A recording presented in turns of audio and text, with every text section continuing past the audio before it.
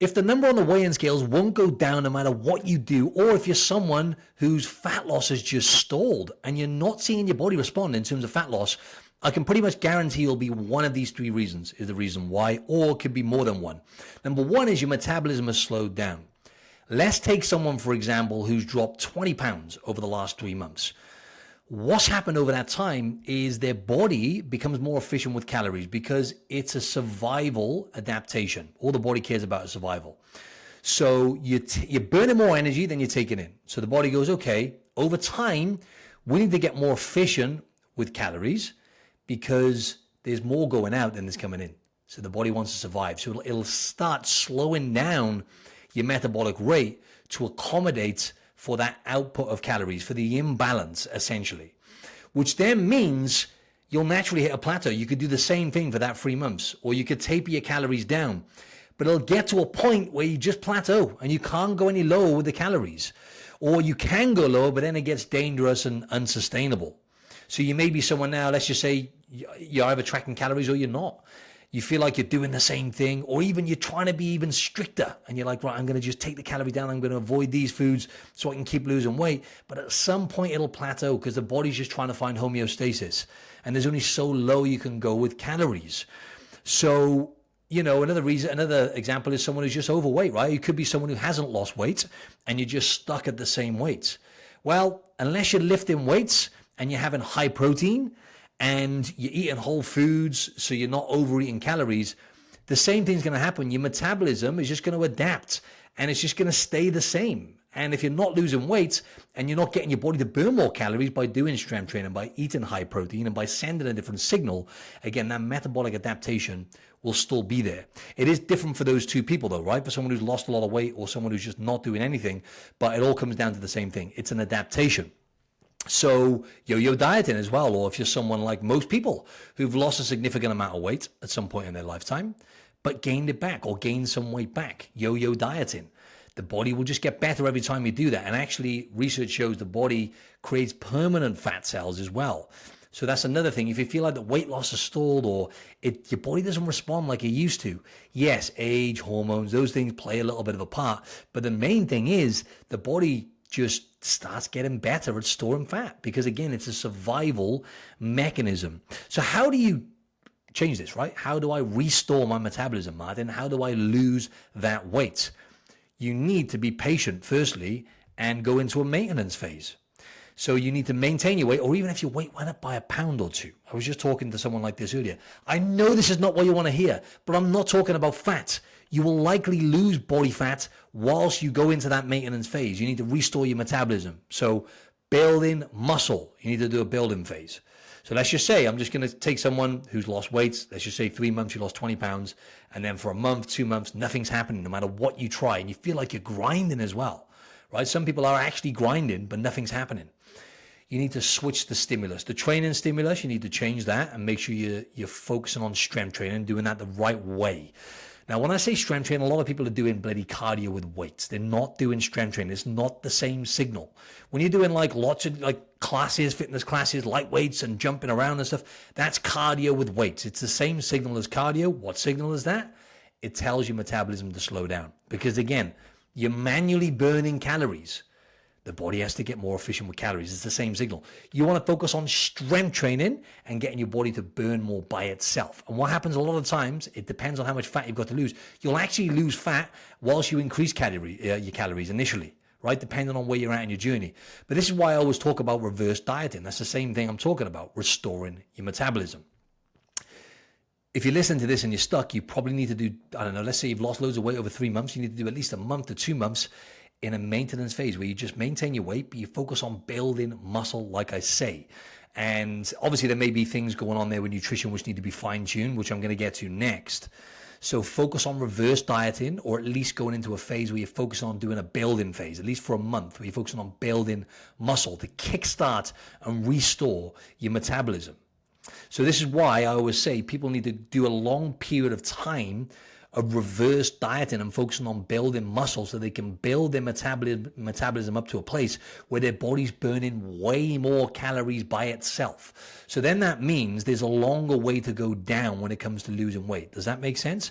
So the more you build up your metabolism, the more you get your body burning more calories by itself. Like I've said before with clients, generally every time we change the training phase, which is on average once every 4 weeks. I will, if they're reverse dieting or doing a building program, building phase, I'll add about 50 to 100 calories a day to their calories and macros each month when we change the stimulus. And I've done that with clients on reverse dieting phases from anywhere between 3 months to 6 months to a year to even longer. People who've like really kind of damaged their body over the years or the metabolism from yo-yoing and extreme dieting. It's even longer in some cases. But that's how it looks, slowly adding calories, 50 to 100 calories a day, every, say, 4 weeks, every time you change the training stimulus. So that's what it looks like in a nutshell, reverse dieting. And like I've said before, I've got many clients who've got to a point where they turn around and they say, "Mark, I'm struggling to get the food in." That's when I'm like, this is great, because now when it comes to us losing the weight, like I said earlier, we've got a long way to go down now. It's easier to lose it, and you can lose more because it's easier to stay in that deficit. And then we'll push that deficit to a point where it might be 2-3 months, right? You've lost another, let's just say another 10 pounds of fat. Great. Now we're in a position where we want to change that signal again. We want to kickstart that metabolism, send a building signal, get your body to burn more by itself, bump the calories up, do a proper training stimulus. So that's called mini bulks and mini cuts. So there's obviously not a black and white answer because it really depends on where you're at in your journey. But long story short, number one is you need to restore your metabolism and change the signal for your body, strength training, and then you may need to fine tune nutrition. If you don't know what you don't know though, right? So if you want to know where your metabolism is at and your body's ability to lose weight, do my metabolic health assessment. The link is in the show notes. It gives you a metabolic score and a plan for your body type. Like I said, everyone's body's different, and it shows you exactly what to do next, the fastest path for you to get the results you want to get for fat loss, build a muscle, or whatever it is you want to achieve. It's a really good tool. It takes 2 to 3 minutes. Click the link in the show notes. So number 2 is very simple, but this one's overlooked, and this happens too often. You're underestimating your calories. 50% of people actually underestimate the amount of food that they're eating. So they say, look, I just don't get it. I'm trying everything and nothing's happening. My body's... And then when we really peel off, we kind of shine a light on things, I come to realize that, or they come to realize as well, that they're just eating more than what they thought they were eating. Now, this is why I talk about tracking being a good tool when you do it properly and you weigh your food and you get as meticulous as you can with it, at least for a period of time, might be a few weeks or months or whatever. Then you leave nothing to chance. That's not to say it's 100% accurate with these tracking devices, but it's way more accurate than when you're guessing. You either track and measure or you guess and leave things to chance. There's not really much in between. So that's an example, right? It's being mindful of calories and having the awareness of what the foods are you're eating. So some people, an example of this is fats. Some people, they really underestimate how many calories are in fats, man. I think, the keto space has done a good job with this, right? With these bulletproof coffees and, fats. If you just eat loads of fats and you get yourself fat adapted, you're going to get shredded and just keep losing weight. No. It doesn't work like that. Research is still clear. You got to be in a calorie deficit to lose weight, right? And that's it. And actually, fats and carbs don't make any difference to weight loss at all when calories and protein are equated for. So in other words, you could be having 100 grams of fat a day and 300 grams of carbs, or whatever amount of fats. Let's just say percentage. You could be getting, 30% of your calories through protein, 50% through fats, and then 20% through carbs, or the same protein, right? 30% of protein, 50% carbs. Was I saying the right amount there? Yeah. And 20% fat. It's not going to make any difference to fat loss, right? Now, there's a little bit of nuance there. If you're getting inflammation or you're getting gut issues, obviously from eating certain carbohydrates or plants or whatever that is, or processed foods, or, even fats like vegetable oils, that can play a difference. But that's just very kind of nitpicking and it's splitting hairs. Doesn't make any difference, right? So that's something I want to drop there. It could be eaten out, right? People eat out a lot and they underestimate the oils and the amount of calories in those foods. If you're not like preparing most of your own meals and you're trying to lose weight and it's not happening, prepare your own meals. Get diligent with that, because otherwise you're guessing and you're lying to yourself, right? Most people are really good at lying to themselves, especially when it comes to food, right? Food's addictive in a lot of cases, let's be honest. Mindless picking, right? When you're cooking your meals or you're snacking, or that handful of nuts or that bit of chocolate here, that bit of cake there in the office, it accumulates to a lot of calories. And those snacks are the difference between you losing weight and not losing weight. So you're simply underestimating what you're eating a lot of the times. If you're someone now and you've gone, look, I've plateaued and look, nothing's happening no matter what I do. You know, it could be the first thing, or it could be this as well. It could be the fact that you're just lying to yourself, right? Like I say, if you're not tracking now and you're saying, look, I know what I'm doing with food, I know how, you don't, you're lying to yourself, right? If you've never tracked, you don't know. That's it.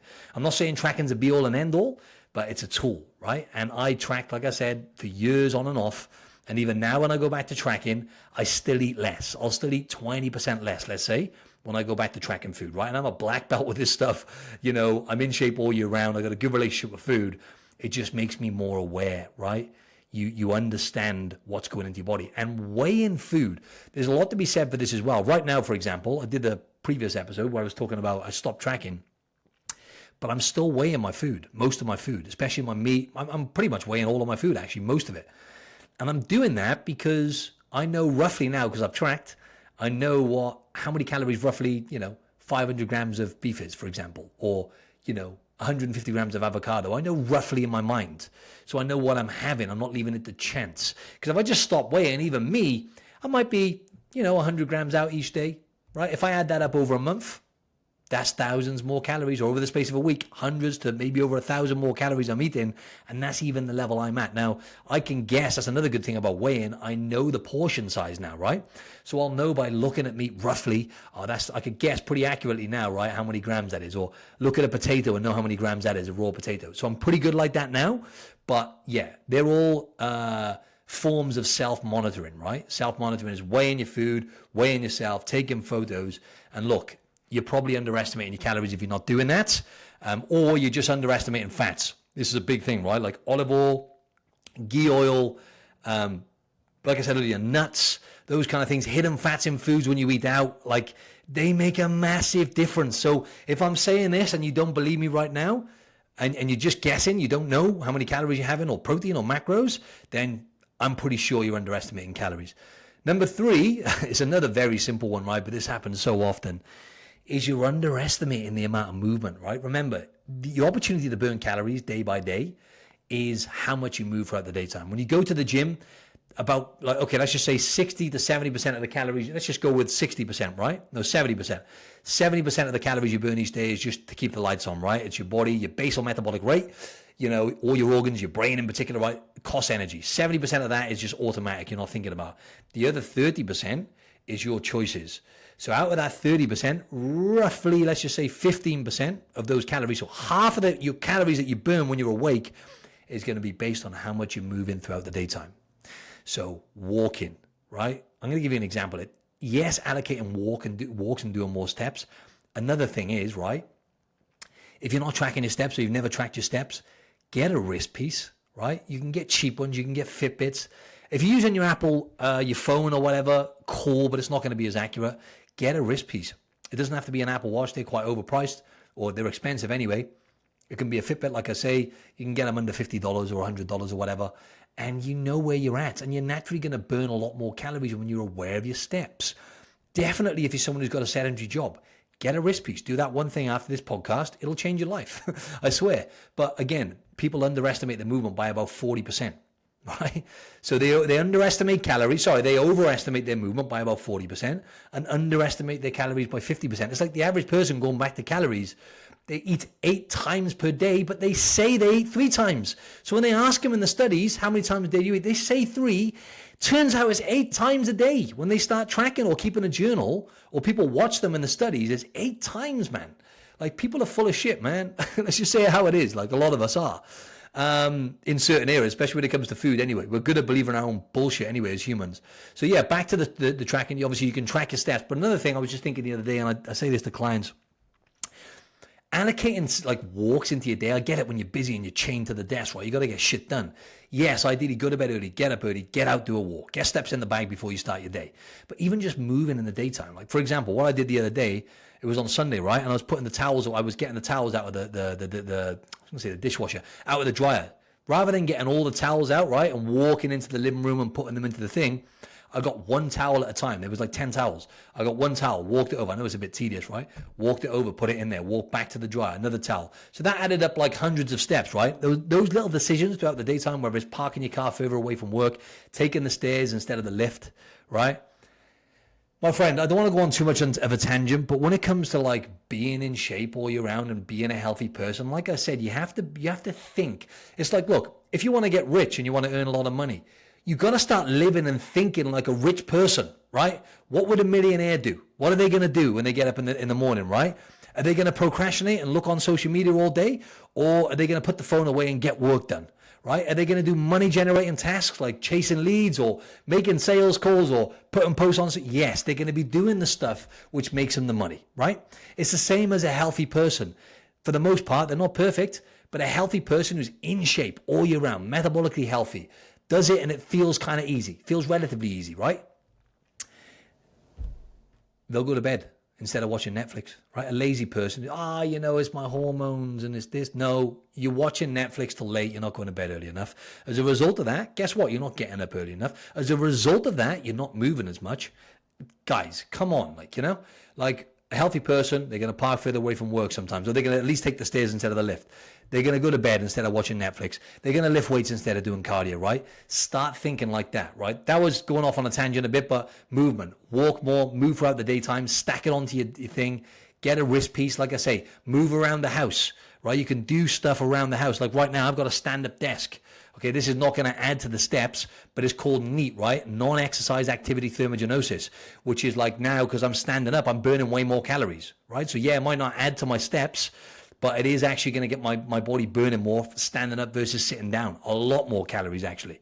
So it's those simple decisions which make all the difference. So you're likely underestimating your movement. Look, and as I was saying, 15% of your waking hours is going to be from your movement throughout the daytime, your activity. Only 5% is going to be when you go to the gym, right, and lift weights. So there's not many calories you burn at the time, although you burn a lot more afterwards. The afterburn's high after that. So it's the knock-on effect. And the other kind of 10% is going to be the thermic effect from food, right? So eating high protein or, and fiber as well plays a bit of a part in that with the thermic effect. Obviously, costs your body energy to digest. Protein even more so though, right? For the 100 calories you eat of protein, only 70 of those calories you're actually going to consume. The rest are burnt whilst you're actually digesting the protein, right? So that's another thing. So that's pretty much it, ladies and gents. It's no rocket science. If you want to see where your metabolism is at and you want to know your health score and what to do next to lose fat or whatever your goals are, click the link in the show notes, get the free metabolic assessment. And yeah, if you want to work with me one-to-one or you want to inquire or apply to work with me one-to-one, the link is also in the show notes down there. Finally, check out this next episode on YouTube. If you're watching on YouTube, I put the video there in the corner. I did a Q&A with my audience, and one of the questions was a fat loss plateau, and I went a lot deeper here. For people at more of an advanced level, it'll be really, really helpful, but just I think for anyone's going to get value out of that. All right, over and out. Time to eat my dinner. Speak soon.